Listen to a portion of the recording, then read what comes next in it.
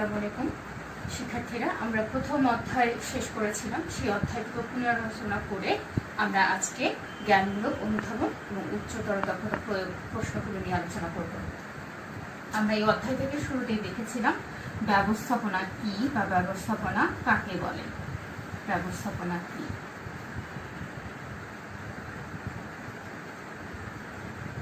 আমরা সবাই গত ক্লাস থেকে জেনেছিলাম যে প্রাতিষ্ঠানিক লক্ষ্য উদ্দেশ্য অর্জনের জন্য পরিকল্পনা, সংগঠন, কর্মী সংস্থান, নির্দেশনা, প্রেষণা, সমন্বয় আর নিয়ন্ত্রণ, এই সবগুলো কাজের সমষ্টিকে আমরা কি বলতে পারি? ব্যবস্থাপনা বলতে পারি।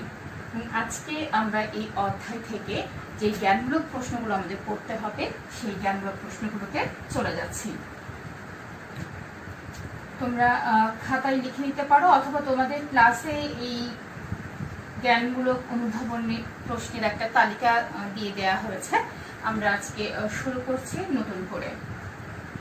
প্রথমে হচ্ছে ব্যবস্থাপনার যে আধুনিক ব্যবস্থাপনার জনক কে? আধুনিক ব্যবস্থাপনার জনক কে? উত্তর তোমরা সবাই জানো, হেনরি ফেলে। আমি একটা একটা করে প্রশ্ন বলে যাচ্ছি আর জ্ঞানের প্রশ্নগুলো উত্তর দিয়ে যাচ্ছি। তোমরা প্রশ্নগুলো এবং উত্তরগুলো নিয়ে নেবে। এরপর যদি আমরা দ্বিতীয় প্রশ্নে আসি, দ্বিতীয় প্রশ্ন হচ্ছে বৈজ্ঞানিক ব্যবস্থাপনার জনক কে? বৈজ্ঞানিক ব্যবস্থাপনার জনকের নাম হচ্ছে F.W. টেইলর বা ফ্রেডারিক উইনস্লো টেইলর। আমরা সংক্ষেপে কি লিখতে পারি? F.W.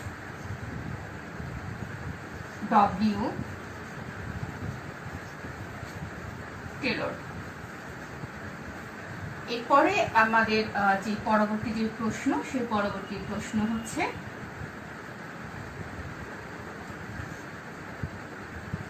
কর্মী ব্যবস্থাপনার জনক কে? বা আমরা এখানে আধুনিক শব্দটা লাগিয়ে দিই, আধুনিক কর্মী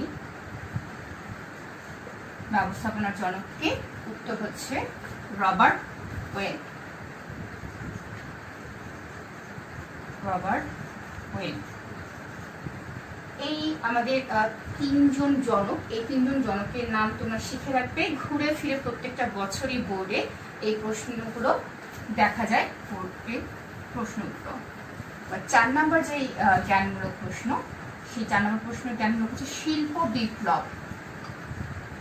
শিল্প বিপ্লব কি বা শিল্প বিপ্লবের সময় কাল কত? শিল্প বিপ্লব কি? শিল্প বিপ্লব কি? শিল্প বিপ্লব হচ্ছে গ্রেট ব্রিটেনে যখন আধুনিক যে কলা কৌশল আছে, আধুনিক প্রযুক্তি এবং চাকা আবিষ্কার হওয়ার পর আধুনিক যেই যন্ত্রপাতি প্রয়োগ করে ব্যবসায় বাণিজ্যের ব্যাপক পরিবর্তন আনা হয় এবং ব্যাপক উন্নতি সাধন করা হয়, সেই সময়কে শিল্প বিপ্লব বলা হয়। এবং এর সময়কাল হচ্ছে 1750 থেকে 1850 সাল। এই গেল শিল্প বিপ্লব নিয়ে। এরপরে আমাদের পরবর্তী জ্ঞানমূলক প্রশ্ন 5 নাম্বার, সেটা হচ্ছে ব্যবস্থাপনা কি? আমরা ব্যবস্থাপনা কি এর উত্তর আমরা জানি। ব্যবস্থাপনা হচ্ছে প্রাতিষ্ঠানিক লক্ষ্য উদ্দেশ্য অর্জনের জন্য গৃহীত যাবতীয় কার্যাবলী, যা পরিকল্পনা, সংগঠন এবং অন্যান্য যে ব্যবস্থাপকির কাজ আছে সেগুলোর মাধ্যমে সম্পাদন করা হয়। এরপরের প্রশ্নটা হচ্ছে ব্যবস্থাপক কে? যে বা যিনি বা যারা প্রতিষ্ঠানের ব্যবস্থাপকীয় কার্যগুলো সম্পাদন করে থাকে। যে কার্যগুলো আমরা দেখেছি এর আগে, ব্যবস্থাপনার 7টা কার্যাবলী আছে, এই 7টা কার্যাবলী যারা সম্পাদন করে থাকে তাদেরকেই ব্যবস্থাপক বলা হয়ে থাকে। এরপরে যে প্রশ্নটা আছে, সেই পরের প্রশ্নটা হচ্ছে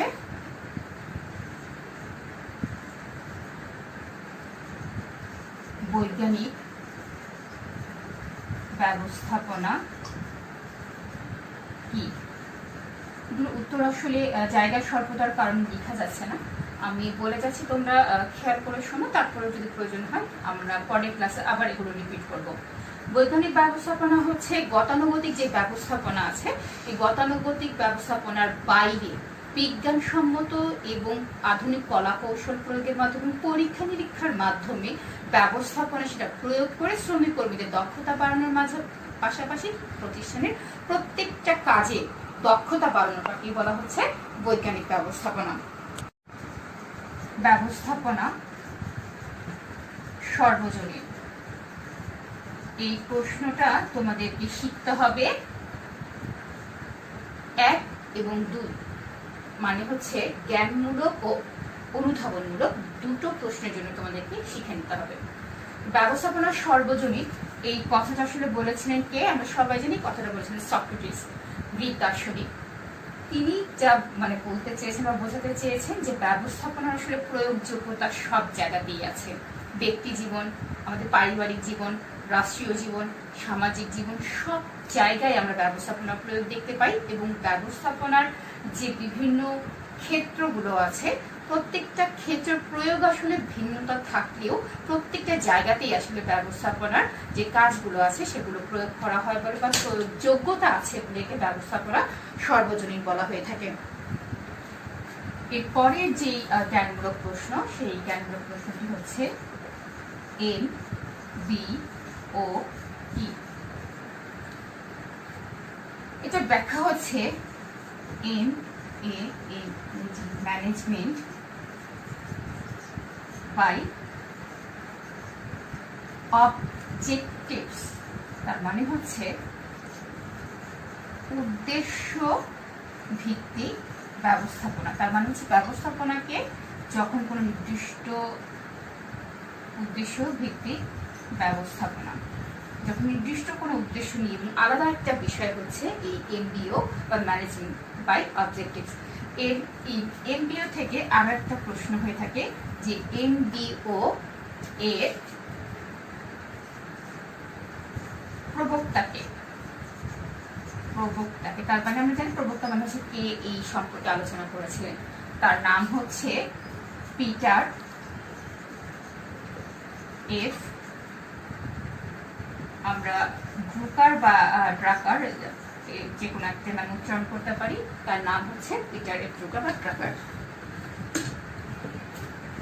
এরপরে আমরা যে প্রশ্নটি নিয়ে আলোচনা করবো সেই প্রশ্নটি হচ্ছে ব্যবস্থাপনা চক্র কি?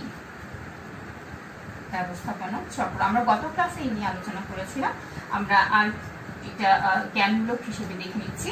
ব্যবস্থাপনা চক্র হচ্ছে ব্যবস্থাপনার যে কার্যাবলীগুলো আছে, এই কার্যাবলী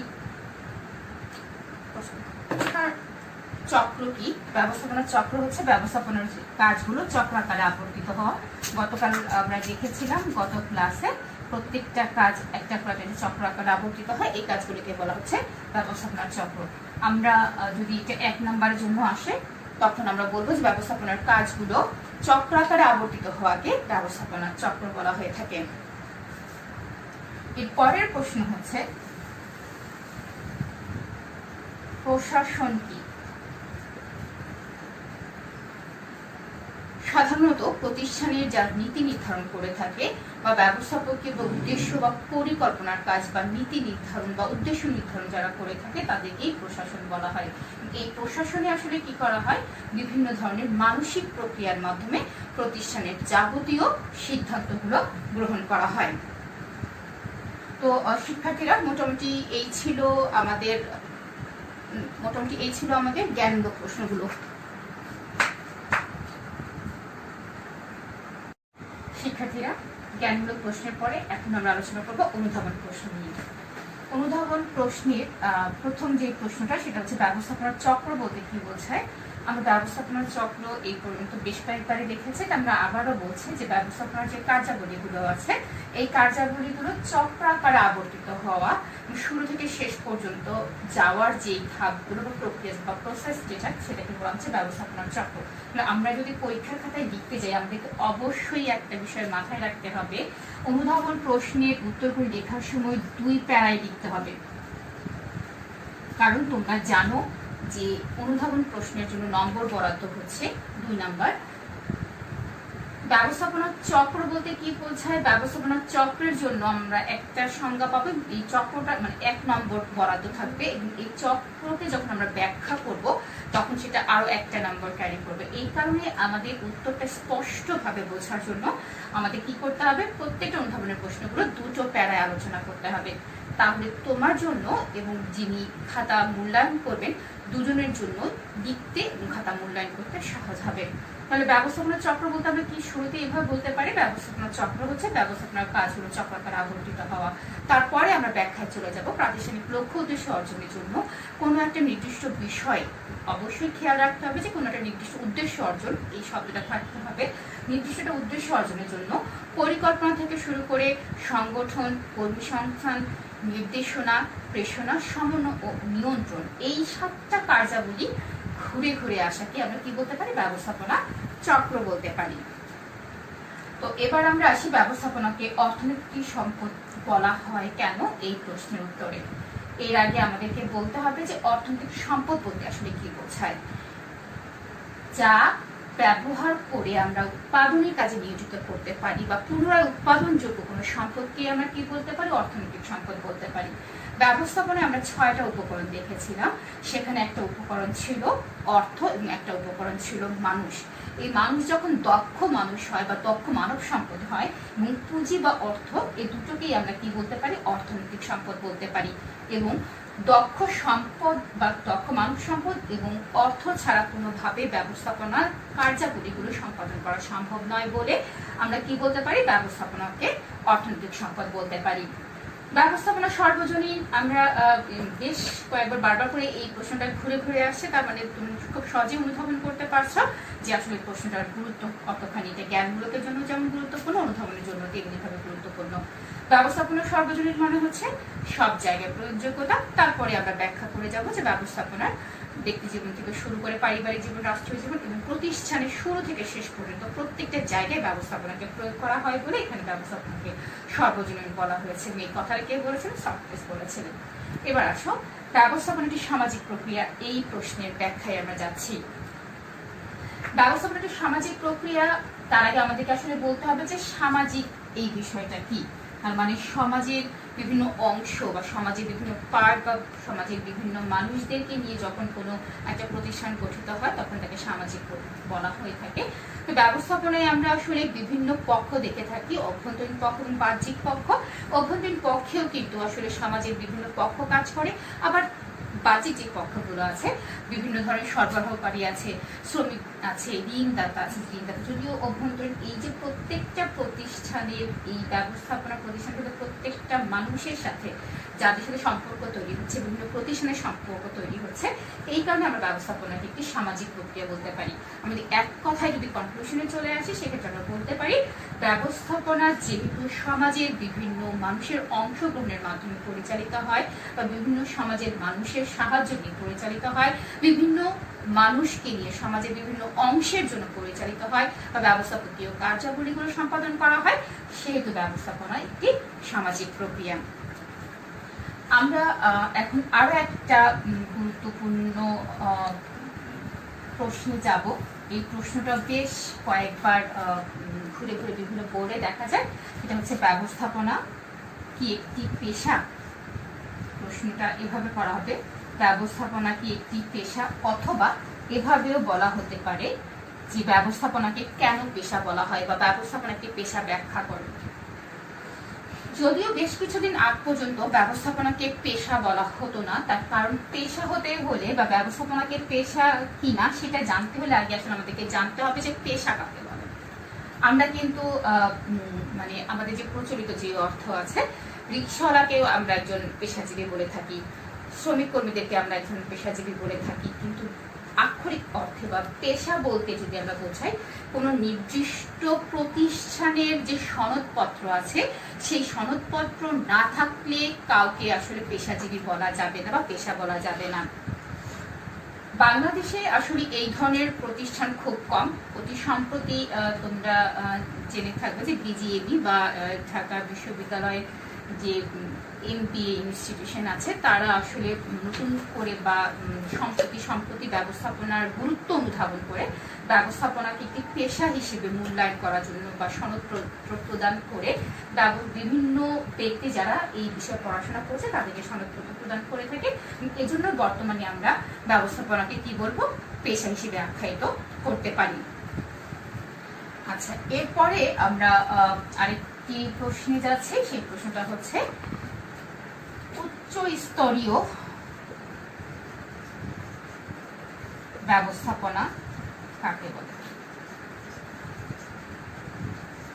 আমরা ডিটেলসে না যাচ্ছি। উচ্চ স্তরীয় আমি একে একে 3টা স্তরই এখানে লিখে যাচ্ছি, মধ্যস্তরীয় ব্যবস্থাপনা এবং নিম্ন স্তর ব্যবস্থাপনা। আচ্ছা, প্রতিষ্ঠানের বিভিন্ন ধরনের নীতি নির্ধারণের পাশাপাশি প্রতিষ্ঠানের বিভিন্ন ধরনের সিদ্ধান্ত নেয়ার যে কার্যাবলী যা আছে, প্রতিষ্ঠানের পরিকল্পনা প্রণয়ন আসলে যারা করে থাকে বা যেই কাজটা আসলে প্রতিষ্ঠানের উচ্চ স্তরে নেওয়া হয়, উচ্চ স্তরের কর্মী যারা থাকে, উচ্চ স্তরের শ্রমিক যারা থাকে বা উচ্চ স্তরের কর্মকর্তা যারা থাকে, তাদেরকে আসলে এখানে কি বলা হচ্ছে, উচ্চ স্তরে ব্যবস্থাপনা করা হচ্ছে। উচ্চ স্তরে যে ধরনের কার্যাবলীগুলো সম্পাদন করা হয় তাকে বলা হচ্ছে উচ্চ স্তরের ব্যবস্থাপনা।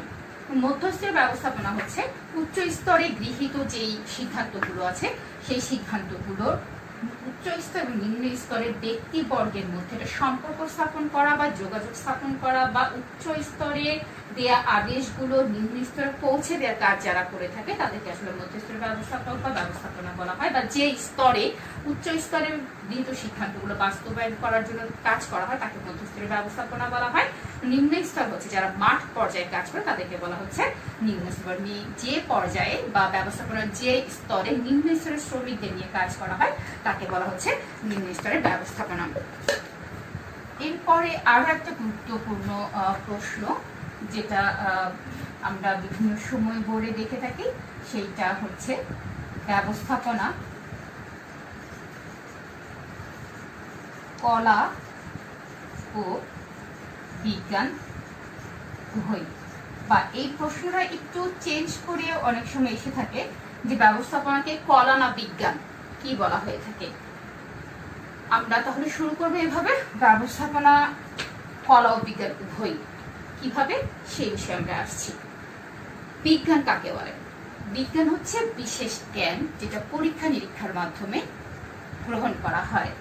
ব্যবস্থাপনাতেও আমরা বিভিন্ন বিষয়ে, যেমন আমরা দেখেছিলাম পেশার বিভিন্ন তত্ত্বগুলো যদি আমরা দেখে থাকি, নিয়ন্ত্রণের বিভিন্ন তত্ত্বগুলো বা নিয়ন্ত্রণ কৌশলগুলো যখন আমরা দেখবো তখন দেখবো যে সেখানে বিজ্ঞান প্রয়োগের মাধ্যমে এই সিদ্ধান্তগুলো নেওয়া হয়েছে।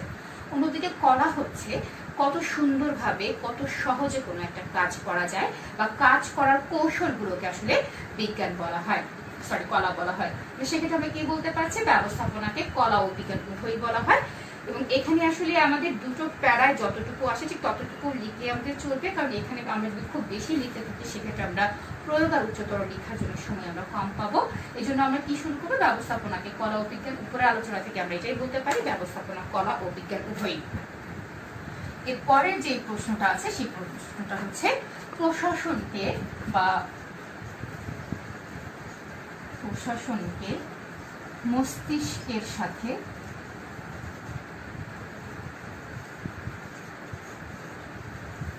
তুলনা করা হয় কেন?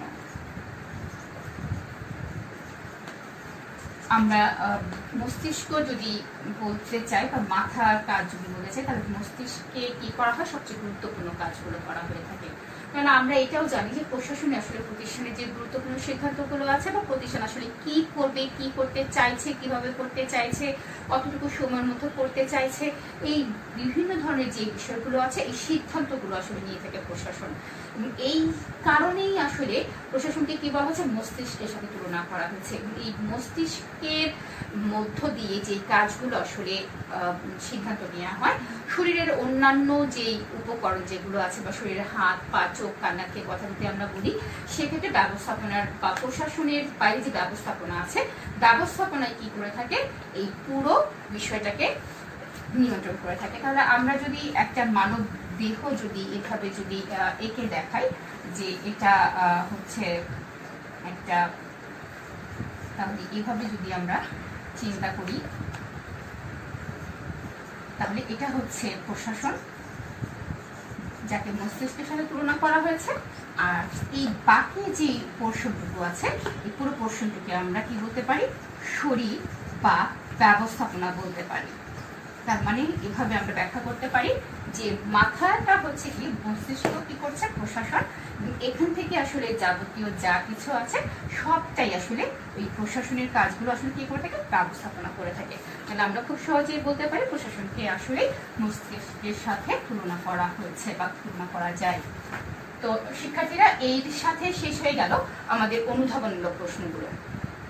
শিক্ষার্থীরা, আমরা এবার আলোচনা করব এই অধ্যায় প্রয়োগ থেকে যে প্রশ্নগুলো আসে সেগুলো নিয়ে। তাহলে আমি এখানে দেখতে পাচ্ছি ব্যবস্থাপনা চক্র, ব্যবস্থাপনা কার্যাবলী, ব্যবস্থাপনা স্তর। সবচেয়ে আগে আমরা ব্যবস্থাপনা চক্র নিয়ে আলোচনা শুরু করছি। চক্র মানে তোমরা বুঝতে পেরেছো যেটা চক্রাকার আবর্তিত হবে, তাহলে অবশ্যই আমাদেরকে একটা কি করতে হবে? চক্র লিখে নিতে হবে।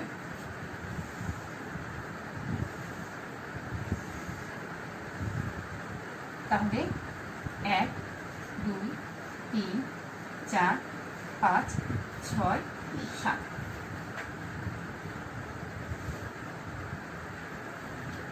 ব্যবস্থাপনার কোথায় কোন কাজ হবে আমি এখানে সংক্ষেপে প্রত্যেকটার মানে প্রথম দুটো অক্ষর লিখে যাচ্ছি।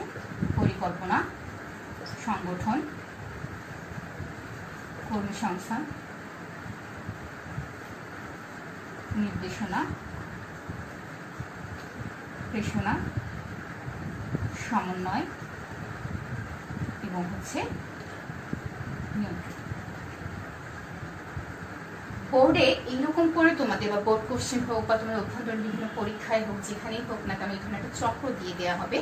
সেই চক্রের মধ্যে তোমাদেরকে এইভাবে আমরা ব্যবস্থাপনার সাথে কাজ জানি। আমরা এখন এই সংখ্যাগুলো মুছে নিচ্ছি, আমরা শুধু কার্যাবলীর নামগুলো রেখে দিচ্ছি।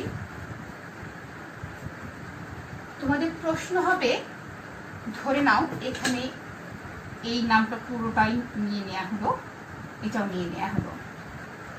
এখানে কোশ্চেন মার্ক থাকতে পারে, আবার এখানে বিভিন্ন অ্যালফাবেট, আবার বিভিন্ন বর্ণমালার যদি আমরা কথা বলি সেই ধরনের।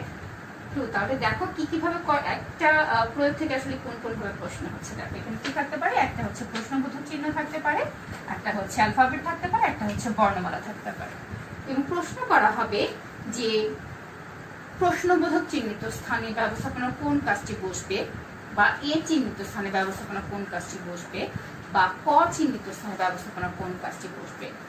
আবার এখানে হতে পারে বি যে কাজটি আছে বা বি এর জায়গায় বা এখানে যে দ্বিতীয় প্রশ্নবোধক চিহ্নটা আছে সেই প্রশ্নবোধক চিহ্নতে যে কাজটি হবে তার গুরুত্ব আলোচনা করো বা তার প্রয়োজনীয়তা আলোচনা করো। তাহলে মোটামুটি মানে চক্রের ব্যাপারটা। এবং এখানে আরো একটা ব্যাপার গুরুত্বপূর্ণ যে বিষয়টা, এখান থেকে চক্র থেকে যে প্রশ্নটা হবে এবং প্রয়োগে আমরা উত্তর লেখার সময় যে কাজটা খেয়াল করব বা যে জিনিসটা খেয়াল করব সেটা হচ্ছে অবশ্যই 3 প্যারায় লিখতে হবে। প্রয়োগ আমাদের কি করতে হবে? প্রয়োগের উত্তর লেখার সময় 3টি প্যারায় লিখতে হবে এবং প্রত্যেকটা প্যারা যেন আলাদাভাবে স্পষ্টভাবে শিক্ষক বুঝতে পারেন সেভাবে আমাদেরকে যথেষ্ট স্পেস রেখে রেখে আমাদেরকে লিখতে হবে। মানে চক্রটা আমার মনে হয় যে শিক্ষার্থীরা আমরা খুব ভালোভাবে স্পষ্টভাবে বুঝতে পেরেছি। চক্র হচ্ছে এরকম একটা চক্র আঁকা হবে, সেই চক্রটা এঁকে প্রত্যেকটার কাজের জন্য আমাদেরকে জানতে চাওয়া হবে যে এখানে আসলে কোন ধরনের কাজ হয়ে থাকে, আমাদেরকে সেই কাজটা সম্পর্কে ব্যাখ্যা করতে হবে।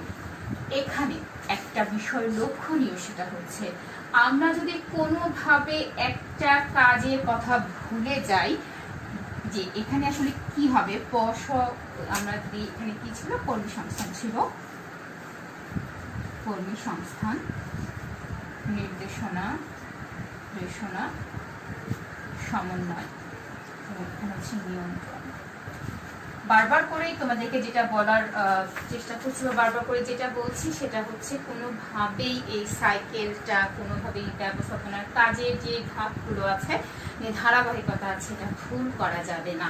যদি আমরা ভুল করে থাকি তখন আমরা এখানে যে উত্তরগুলো লিখব সেই উত্তরগুলো ভুল হবে এবং পুরো নম্বরটিতে তখন 3-এর জায়গায় 3 প্যারায় আমাদেরকে এখানে পুরো উত্তরটা আমরা সব খুব সুন্দর করে গুছিয়ে লিখেছি, কিন্তু কিওয়ার্ড তোমরা খুব ভালো করে জানো কিওয়ার্ড কাকে বলে। ঠিক কোন প্রশ্নের উত্তর যেটা সেটাকে কিওয়ার্ড বলা হয়, সেই কিওয়ার্ড যদি আমরা ভুল করে থাকি তাহলে পুরো প্রশ্নটাই আসলে শূন্য দিয়ে দেওয়া হবে। তাহলে শিক্ষার্থীরা ব্যবস্থাপনা চক্র থেকে আসলে কোন ধরনের প্রশ্ন হয়ে থাকে সেটা আমরা খুব সহজেই আমরা বুঝতে পারলাম। এবার চলে আসি আমরা ব্যবস্থাপনার কার্যাবলী থেকে কি ধরনের প্রশ্ন হতে পারে ব্যবস্থাপনার কার্যাবলী। তাহলে এখন সবাই একটু আমরা আবার মনে করার চেষ্টা করি, ব্যবস্থাপনার কাজ কয়টা? ব্যবস্থাপনার কাজ হচ্ছে 7টি। এই কাজের বোঝার জন্য উদ্দীপকের যে কোনো ধরনের প্রশ্ন থাকুক না কেন তোমাদের কাছে জানতে চাওয়া হবে গয়ের প্রশ্নের জন্য উদ্দীপকে ব্যবস্থাপনার কোন কাজের কথা বলা হয়েছে, বা উদ্দীপকে ব্যবস্থাপনার কোন কাজটি সম্পাদন করা হয়েছে, ব্যবস্থাপনার কোন কাজটি দেখতে পাওয়া যাচ্ছে, বা ব্যবস্থাপনার কোন কাজের উপর গুরুত্ব দেওয়া হয়েছে, এইভাবে করে আসলে প্রশ্নটা থাকবে। তাহলে ব্যবস্থাপনার 7টা কাজ, ব্যবস্থাপনার 7টা কাজ, প্রত্যেকটা কাজের একটা একটা করে তোমাদের উদাহরণ দিয়ে যাচ্ছে যে আসলে এই ধরনের উদ্দীপক বা এই ধরনের গল্প, এবং উদ্দীপক মানে আসলে আমরা জানি যে একটা গল্প সাজিয়ে দেওয়া হয়। এই গল্পটা থেকেই আসলে তোমাদের পড়ার যে বিষয়গুলো আছে সেই পড়ার লাইনগুলোর সাথে কোনো একজন ব্যক্তি বা মানুষের নাম লাগিয়ে দেওয়া হয় এবং সেখানে একটা ঘটনার মতন তৈরি করে তোমাদের কাছে প্রশ্ন করা হয় যে আসলে এখানে কি বলা হয়েছে বা কোন কাজটা করা হয়েছে। তাহলে পরিকল্পনা আমরা প্রথম যদি শুরু করি, বা পরিকল্পনা, আমি এখানে পরিকল্পনা লিখতে চাচ্ছি না, আমি এখন তোমাদের সরাসরি উদ্দীপকে চলে যাচ্ছি। ন্যাশনাল কলেজের ব্যবসায় শিক্ষা শাখার শিক্ষার্থীরা বনভোজনে বা শিক্ষা সফরে যাওয়ার জন্য অধ্যক্ষ মহোদয় বরাবর একটা আবেদন করলেন। আবেদন করার পরে অধ্যক্ষ তাদের আবেদন মঞ্জুর করেন এবং শিক্ষা সফরে কোথায় যাওয়া হবে, কিভাবে যাওয়া হবে, কত সময়ের মধ্যে বা কত তারিখে যাওয়া হবে এবং সেখানে চাঁদার পরিমাণ কত থাকবে তা নির্ধারণ করে দিলেন। এতটুকু উদ্দীপক বা গল্পের জন্য তোমাদের কাছে প্রশ্ন করা হবে যে উদ্দীপকে অধ্যক্ষ মহোদয়ের কাজটিকে কি বলা হয়। তাহলে দেখো, আমরা যখন পরিকল্পনার সংজ্ঞা করেছিলাম তখন আমরা জেনেছিলাম যে কখন, কিভাবে, কার দ্বারা, কত সময়ের মধ্যে, বা ভবিষ্যতে যা করা হবে, ভবিষ্যতে যে ধরনের কাজ করা হবে তাকে বলা হয় পরিকল্পনা। তাহলে আমরা এখানে কি দেখতে পাচ্ছি? সবচেয়ে ভবিষ্যতে করা হবে, তাহলে আমরা নিঃসন্দেহে কি বলতে পারি? এই কাজটি হচ্ছে পরিকল্পনা। এবার চলে আসো সংগঠনের কাজ। এখানে শিক্ষার্থীদের গুরুত্ব বা দৃষ্টি আকর্ষণ করছি, প্রত্যেকটা কাজের সংজ্ঞা যদি আমরা মুখস্থ না রাখি, প্রত্যেকটা কাজের বৈশিষ্ট্য সম্পর্কে যদি আমাদের দখল না থাকে, তাহলে আমরা কোনোভাবেই উদ্দীপক করে উদ্ধার করতে পারবো না আসলে কোন কাজের কথা বলা হয়েছে। আমরা সংগঠন যখন দেখেছিলাম এরকম যে প্রতিষ্ঠানের প্রত্যেকটা কাজকে ভাগ করে, আমি আগে সংঘগুলো আলোচনা করে যাচ্ছি, সেই অনুযায়ী একটা উদ্দীপক তোমাদেরকে বলছি, তাহলে বিষয়টা আমাদের বুঝতে সহজ হবে। তাহলে সংগঠন কাকে বলে? সংগঠন হচ্ছে প্রতিষ্ঠানের কাজগুলোকে বিভিন্ন ভাগে ভাগ করে প্রত্যেকটা ভাগের দায়িত্ব বিশেষজ্ঞ ব্যক্তিদের উপর অর্পণ করা। আচ্ছা, তাহলে আমরা এখন একটা উদ্দীপক দেখি। জনাব রহিম তিনি তার প্রতিষ্ঠানের সবগুলো কাজকে বিভিন্ন ভাগে ভাগ করলেন, কিন্তু বিভিন্ন ভাগে ভাগ করলেন না, বিভিন্ন ভাগে ভাগ করার পরে বিভিন্ন উপায় উপকরণগুলোকে জোগাড় করার পর প্রত্যেকটা কাজের জন্য আবার নির্দিষ্ট ব্যক্তিকে দায়িত্ব ও ক্ষমতা বা দায়িত্ব কর্তৃত্ব প্রদান করলেন। তাহলে এখন বলো যে আসলে কাজটিতে উদ্দীপকে কোন ধরনের কাজের কথা বলা হয়েছে? এটা নিঃসন্দেহে কি হবে? সংগঠন। কারণ আমরা কি জানি, সংগঠনের কাজগুলোকে ভাগ করে উপায় উপকরণ জোগাড় করে দায়িত্ব কর্তৃত্ব নির্ধারণ করতে বলা হয়েছে বা করা হয় যে কাজে, সেখানে তাকে বলা হচ্ছে সংগঠন। এবার চলে আসো, আমরা আলোচনা করব কর্মী সংস্থান। কর্মী সংস্থানের সংজ্ঞাটা আমরা একবার মনে করে নিই। কর্মী সংস্থানের সংজ্ঞাটা কি বলছি আমরা? প্রতিষ্ঠানের যে সংগঠনের যে কাজ অনুযায়ী বা সংগঠনের প্রয়োজন অনুযায়ী বা সংগঠনের কাজগুলোকে সংগঠনের যে বিভিন্ন বিভাগের দায়িত্ব বিভিন্ন ব্যক্তির উপর দেওয়া হবে, সেই রকম দক্ষ ব্যক্তি জোগাড় করার কাজকে বা প্রতিষ্ঠান পর্যন্ত নিয়ে এসে তাদেরকে কাজে নিয়োগ করা যে প্রক্রিয়া, তাকে বলা হচ্ছে কর্মী সংস্থান। আচ্ছা, আমরা যদি একটু কর্মী সংস্থান এখন উদ্দীপকে যাই, যে জনাব রহিম পরিকল্পনা অনুযায়ী সবগুলো কাজ শেষ করলেন এবং কি করলেন, তিনি পরিকল্পনা অনুযায়ী বিভিন্ন উপায় উপকরণ জোগাড় করলেন এবং তারপরে তিনি দায়িত্ব কর্তৃত্ব নির্ধারণ করে দিলেন। এখন প্রশ্ন হচ্ছে জনাব রফিকের পরবর্তী কাজটির নাম কি? তাহলে আমরা সংজ্ঞা থেকে বুঝতে পারছি জনাব রহিমের পরবর্তী কাজই হচ্ছে কর্মী সংস্থান করা বা কর্মীদেরকে জোগাড় করে প্রতিষ্ঠান পর্যন্ত নিয়ে আসা। আচ্ছা, এবার আসো নির্দেশনা কাকে বলা হয়। নির্দেশনাকে আমরা কি বলছি? শ্রমিক কর্মীদের কাজ করানোর জন্য উৎসাহ দেয়া, তাদেরকে পরামর্শ দেয়া, কিভাবে কাজ করবে, হাউ টু ডু, কিভাবে কোনো কিছু সম্পাদন করতে হবে সেই সম্পর্কে যখন কোনো ধরনের দিক নির্দেশনা দেয়া হয় তখন তাকে নির্দেশনা বলা হয়। তাহলে আমরা এখন একটা উদ্দীপক দেখি। জনাব হাসান তিনি তার শ্রমিক কর্মীদের সুপারভাইজ করেন বা দেখাশোনা করেন। তিনি সব সময় শ্রমিক কর্মীদের কাজ সম্পর্কে তদারকি করেন এবং তাদেরকে দেখিয়ে দেন বা তাদেরকে পরামর্শ দেন যে কিভাবে কাজ সম্পাদন করতে হবে। এখন যদি তোমাদেরকে প্রশ্ন করা হয় উদ্দীপকে কোন ধরনের কাজের কথা বলা হয়েছে বা উদ্দীপকে আমরা কোন ধরনের ব্যবস্থাপকীয় কাজ দেখতে পাচ্ছি, তাহলে এটা কোন ধরনের কাজ? সেটা হচ্ছে নির্দেশনা। শিক্ষার্থীরা খুব ভালো করে আবারও খেয়াল করো, প্রত্যেকটা কাজের সংজ্ঞা যদি আমরা মুখস্থ না করি তাহলে আমরা কিন্তু ব্যবস্থাপনা কার্যাবলী থেকে কোনো প্রশ্ন আসলে উত্তর করতে পারবো না। এবার আসো আমরা আলোচনা করছি প্রেষণা। প্রেষণা কি? শ্রমিক কর্মীদেরকে উৎসাহ দেওয়া যেন তারা তাদের সর্বোচ্চটুকু দিয়ে কাজ করে। শ্রমিক কর্মীরা কাজ করবে এটাই স্বাভাবিক, এই জন্য তাদেরকে প্রতিষ্ঠানে নিয়ে নেওয়া হয়, এটা আমরা জানি। কিন্তু শ্রমিকদের কাছ থেকে যদি আমি সর্বোচ্চটুকু আদায় করতে পারি বা তাদের যে সামর্থ্য আছে তার সবটুকু যদি আমি আমার প্রতিষ্ঠানে কাজে লাগাতে পারি তাহলে আমার কি হবে? উৎপাদনশীলতা বৃদ্ধি পাবে। তোমরা জানো যে উৎপাদন এবং উৎপাদনশীলতা কিন্তু এক কথা নয়। উৎপাদনশীলতা হচ্ছে ঠিক কতটুকু, কত মিনিমাইজ বা কত সর্বনিম্ন পর্যায়ে কতটুকু কম কাঁচামাল ব্যবহার করে আমি কত বেশি প্রোডাকশন করতে পারি বা উৎপাদন করতে পারি, সেটা হচ্ছে উৎপাদনশীলতা। একই পরিমাণ কাঁচামাল ব্যবহার করে যতটুকু আমার উৎপাদন করার কথা ছিল তার চেয়ে বেশি পরিমাণ যখন আমি উৎপাদন করতে পারবো তখনই তাকে উৎপাদনশীলতা বলা হবে। তাহলে এখন যদি আমরা দেখি যে জনাব করিম তিনি শ্রমিক কর্মীদের উৎসাহ উদ্দীপনা দেওয়ার কাজে নিজেকে নিয়োজিত থাকেন এবং তিনি শ্রমিক কর্মীদের দেখাশোনার পাশাপাশি শ্রমিক কর্মীদের বেতন এবং শ্রমিক কর্মীদের কাজে যে পরিবেশ আছে সেই বিষয় নিয়ে যথেষ্ট যত্নশীল।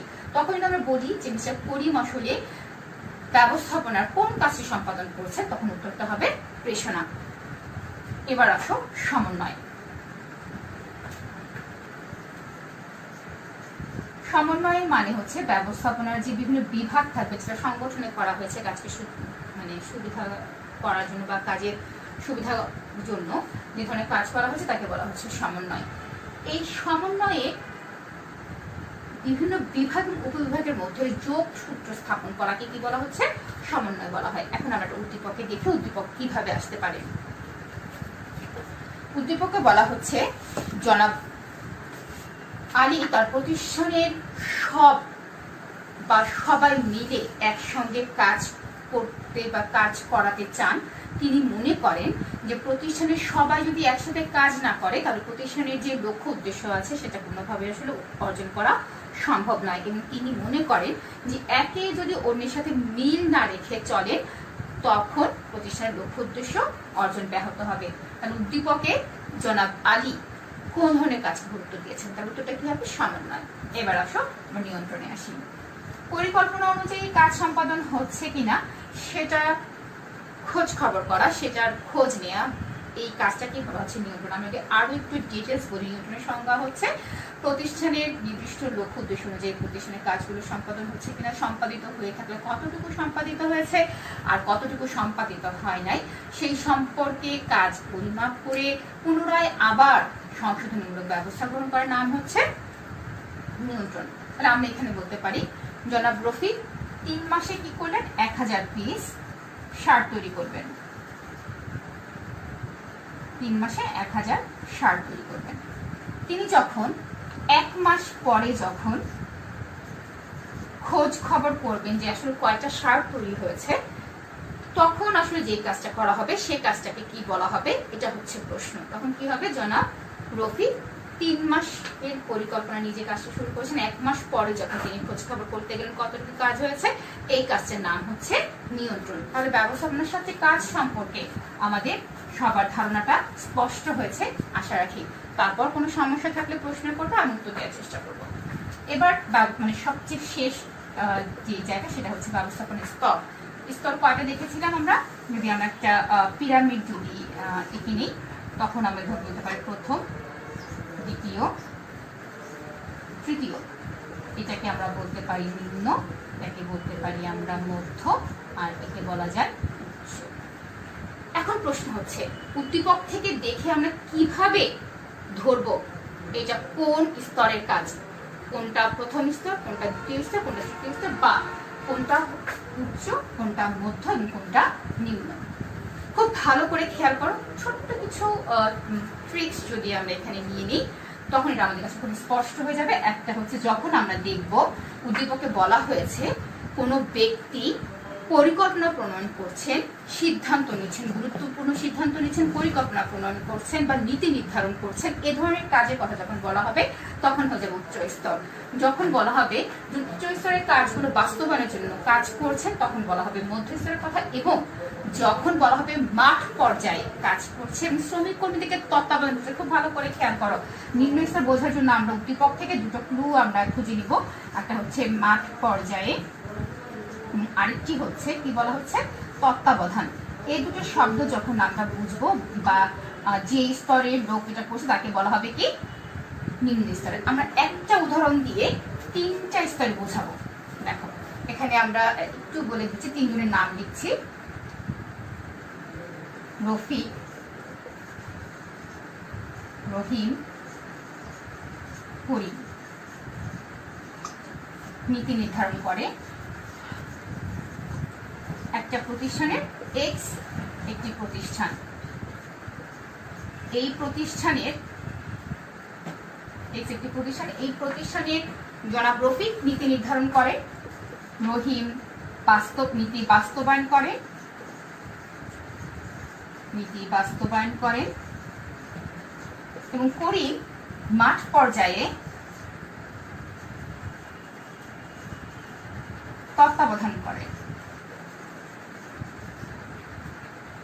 এখন বলো, খুব সহজে কিন্তু আমরা বুঝতে পারছি কে কোন স্তরে আছে। তাহলে রফিক হচ্ছে নীতি নির্ধারণ পর্যায়ে, বা একে আমরা কি বলবো উচ্চ স্তর। রহিম কোন পর্যায়ে আছে, নীতি বাস্তবায়ন করেন, তাকে আমরা বলবো মধ্য, একে বলবো আমরা উচ্চ, আর করিমকে আমরা বলবো নিম্ন। তাহলে মোটামুটি আমরা কি দেখতে পেলাম, উচ্চ, মধ্য, নিম্ন। মানে শিক্ষার্থীরা আশা করতে পারি যে আমরা আসলে আজকের জ্ঞানমূলক, অনুধাবন এবং প্রয়োগের প্রশ্নগুলো খুব সহজে বুঝতে পেরেছি। প্রয়োগের এই প্রশ্নগুলোর মধ্য দিয়েই আবার গুরুত্ব বা ব্যবস্থাপনার কাজ, কোন কাজটা, বা এখানে আমাদের এই জায়গাটা দিয়ে আবার কি আসতে পারে যে রফিক এবং রহিম বা রফিক এবং করিমের কাজের পার্থক্য আলোচনা করো। তখন আমরা কি করব, রফিকের কাজটা মানসিক প্রক্রিয়া এবং করিমের কাজটা শারীরিক প্রক্রিয়া বা কার্যিক প্রক্রিয়া, এইভাবে করে আমরা পার্থক্য উপস্থাপন করব। তো আশা রাখি শিক্ষার্থীরা পুরো অধ্যায়টুকু সম্পর্কে আমাদের খুব ভালোভাবে একটা ধারণা হয়ে গিয়েছে। তারপর যদি কোনো প্রশ্ন থাকে ইনশাআল্লাহ সেই প্রশ্ন উত্তর দেওয়ার চেষ্টা করব। আশা করি তোমাদের সবার কাজে লাগবে। সবাই ভালো থেকো, ঘরে থেকো। আসসালামু আলাইকুম।